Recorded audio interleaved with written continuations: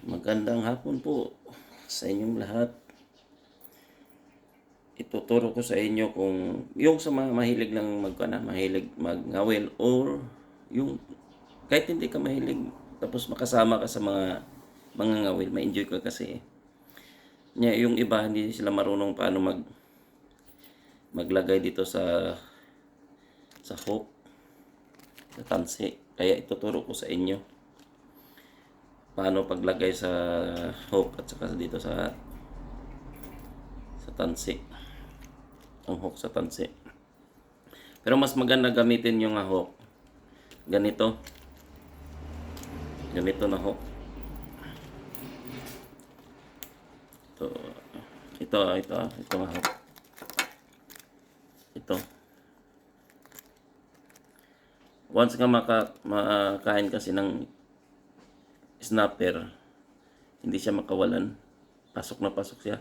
Ito nga hook, ito tama ito sa mga snapper nga medyo ang size kasi dito 30 yung hulihin mo. Kahit maliit, pasok siya dito. Itong number 4 to siya nga hook. Number 4 ito. Itong ginagamit ko palagi pag mga wheel. Yan. Ito kanina na ito ganito yung paggawa sa paglagay ng umpisa natin sa para makita niyo paano magkan. Ganito 'yan, oh. Ito muna ay ganunin mo. Tapos iikot mo siya ng ganun mo siya ikot. Tapos ito na. Pasok mo siya ng 3 beses dito. 1 2 3. Yan, tapos hilain mo siya. Hilain. Ito na siya ngayon. Tapos putulin na lang tong kanya sa dulo. Ito para hindi siya maganda pagkakuan. Yan. Ngayon, dito na tayo sa hook. Galing dito sa dulo mo, mga 1 meter 1 foot ang distansya. Ganyan. Tapos, kukuha ka ng ganito. Iganon mo siya na naman. Ganyan. Kasi dito natin ilagay yung hook. Ganon ka. Siguro mga mga 6 kalahati sa roller ang distansya. Pag maputol mo na ito, magiging isang roller na yan. Ikot mo naman siya, ganon. Pareha lang sa umpisa kanina dito. Pero iba na siya dito pagdating sa kwan kasi parang tinat ang tawag nito eh. Pasok mo na ito siya. Yan. Tatlo pa rin, 1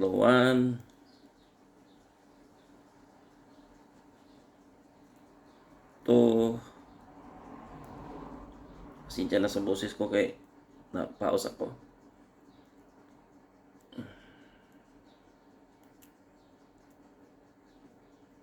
3. Ilain na naman natin. Yan. Ngayon, ang susunod nito, ito na. Hindi makita na. Ilagay natin dito muna sa pan para ma-stretch siya. Yan. Maganda kung may sabitan kayo. Ganito yun siya. Iikot na po natin ito.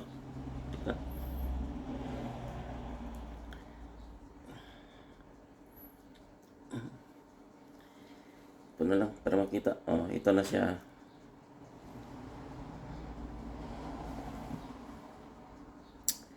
Ay, mahirap pag walang magkuhan eh. Ganito na lang para yan. Nagkaganyan yan. Maliit, ikot mo lang siya ganyan, oh. Parang nag-X na siya ba? Nag-X. Ganyan. Hawakan mo siya. Ganito. Hawak mo na yan. Ito. Ikutin mo siya ng 7 ikot lang. Para maganda yung 7 ikot. Ayan. 1, 2, 3, 4, 5, 6, 7. Tapos itong kanina na mo, ipasok mo siya dito. Pasok mo dito sa gitna ng ito. Pasok na siya. Pasok na siya. Yan o. Nandito na siya. Hilain mo na siya. Yan. Yan na yung forma niya. Hilain mo lang siya.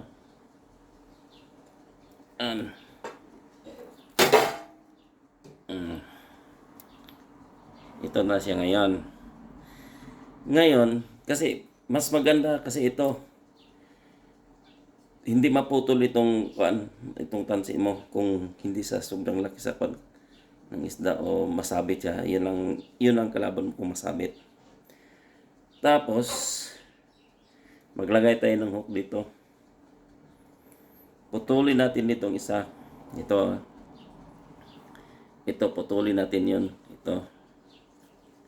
Dito natin ikabit yung hook. Sidya na sa gunting ko kasi nakalawang na sa kalimutan minsan na paghugas sa galing sa dagat. Ito na siya, di ba? Dito natin ilagay yung hook. Patay ng hook dito. Number 4 ha, huwag niyo kalimutan number 4 hook. Tama-tama lang sa kahit anong laki ng snapper. Pero kung pang kingfish ang gamitin nyo, number 6 na lang. Pang kingfish. Pero kung mga 45 na yung pang snapper, trevally, kaway, maganda ito. Itong pang-recommend ko sa inyo, number 4. Ito naman sa hook.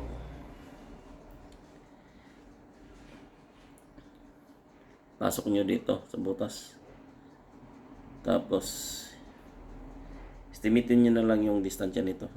Galing dito sa pan. Siguro mga lang siya. Ganito. Kayo na lang mag-estimate kung anong nyo. Basta kuha ko lang sa inyo ganito. Tapos pakita ko sa inyo. Ganon na siya. Ganon mo siya. Yan. Pagkatapos hawakan nyo dito, nakaganyan yan na. Hawakan nyo, iikot mo na ito dayon. Yan. Depende sa inyo kung ilang yung ikot nyo. 3 ba, 4 ling ikot o 5, nasa inyo na yan. Pero mas maganda talaga ng 5 ikot hanggang mapanto.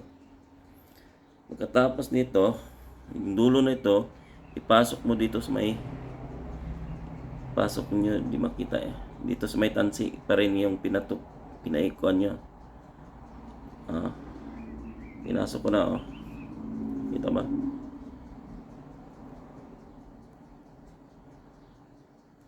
Yan, pinasok ko dito sa may tansi na ito. Ito. Pagkatapos hilain mo siya. Ito nang hilain mo. Higpit na yan, hindi yan maputol sa isda, hindi na matanggal ito sa isda. O di kaya mas maganda tong kagatin mo na lang kung wala kang plier. Dandahan lang baka masibat na kanya. Yan, okay na. Di na yan matanggal. Putulin mo na lang agad dito sa kanya. Yan.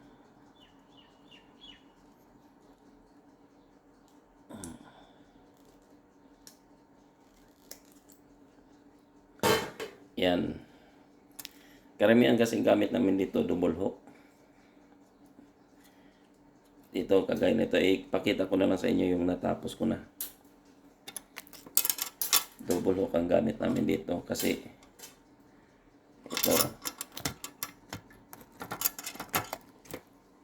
ito yun.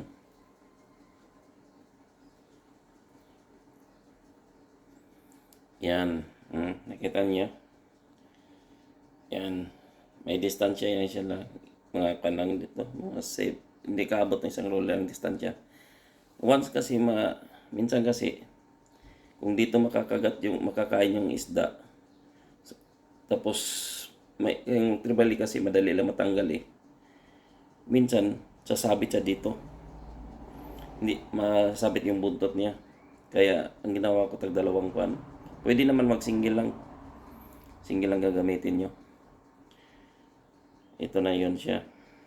Yan. Dito natin ilagay naman yung sa dulo nito. Ang paglagay nyo dito sa dulo nito, ito man yan kanina, di ba? Paglagay nyo, isuot nyo lang para ganyan. Pasok nyo dito sa may butas na to. Kasi kung magtanggal ka, mabilis lang. Pwede magamit nyo pa itong kwan. Pag mas masabit o maputol yung kwan mo, masabit sa bato. Tapos ito nang matira, pwede, madali lang tanggalin. Ganito lang siya. Pag tanggal mo, itulak mo lang siya ganun. Ganyan. Tanggal na. Diba? Ito na. Yan. Ang dulo naman dito mo ilagay din yung pabigat mo. Yung sinker.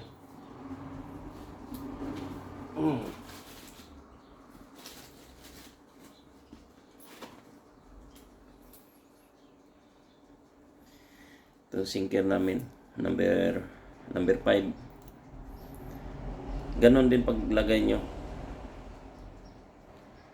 Ganyan. Yan.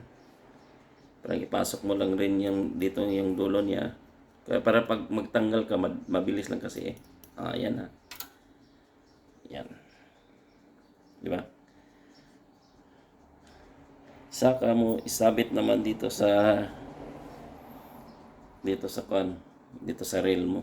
Pagkatapos ng may lagay mo na ito sa rail sa rod mo. Dito mo siya isabit. Kasi pagtanggal mo, mabilis lang eh. Ito. Madali lang din ito. Ayan o. Pasok mo lang din. Pareha lang yan. Pareha lang din sa kanina. Ganun lang maglagay. Diba? Bilis lang tanggalin. Saka ito na. Sabit mo na siya dito. Ito na siya. Yan.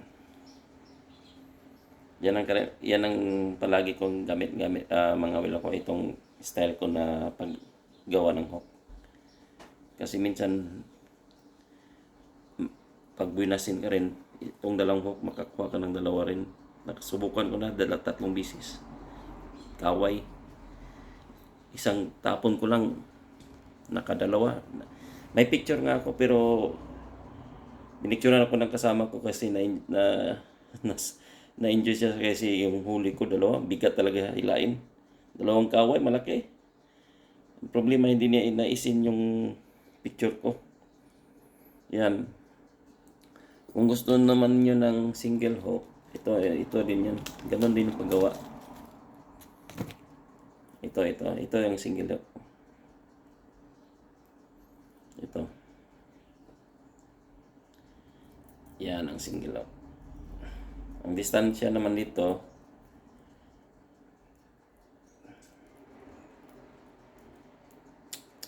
hindi naka-prepare ba? Ang distansya naman dito galing sa kuan siguro mga 1 meter siguro o 700 ang haba.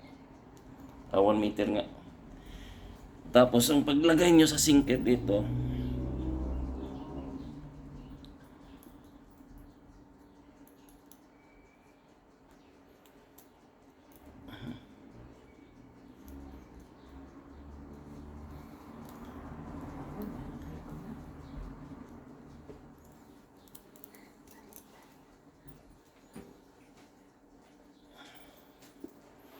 paglagay nyo sa sinker dito sa single, ito yun, dito mo ilagay sa pan. May isang pan ka rin dito mo ilagay. Sabay mo dito sa ito, kagaya nito. Sabay mo siya dito para magbilis. Yan.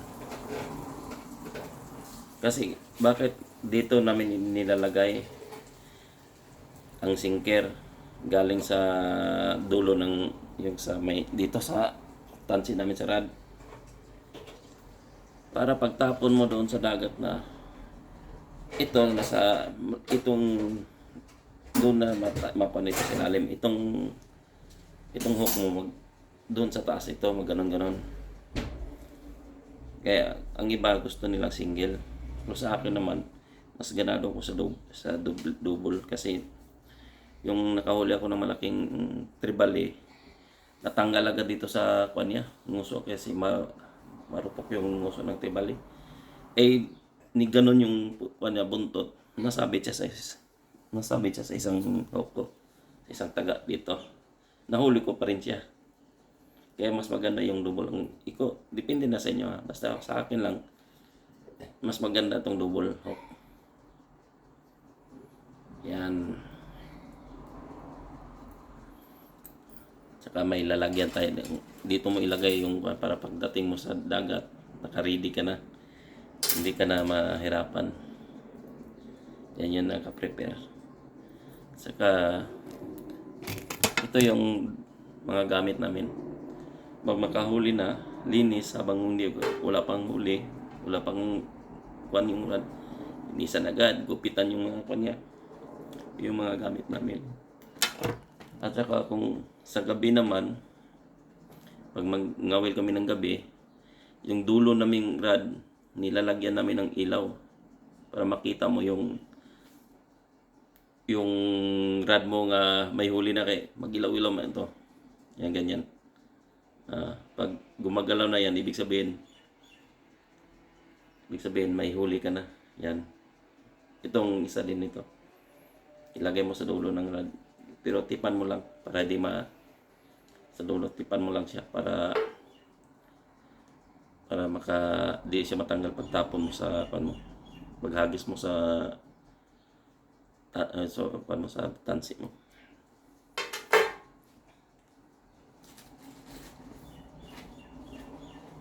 At saka may mga gamit kami ito, mga gamit namin headlight para paglagay mo ng pamain sa mo makita mo na siya agad. Yan ang mga gamit sa mga mahilig mag-fishing pang gabi o sa gabi lang to. Ito, mga gamit namin. Salamat. At saka huwag niyong kalimutan subscribe sa Kaloy Adventure Insid. Salamat po sa inyong lahat. Thank you. Bye.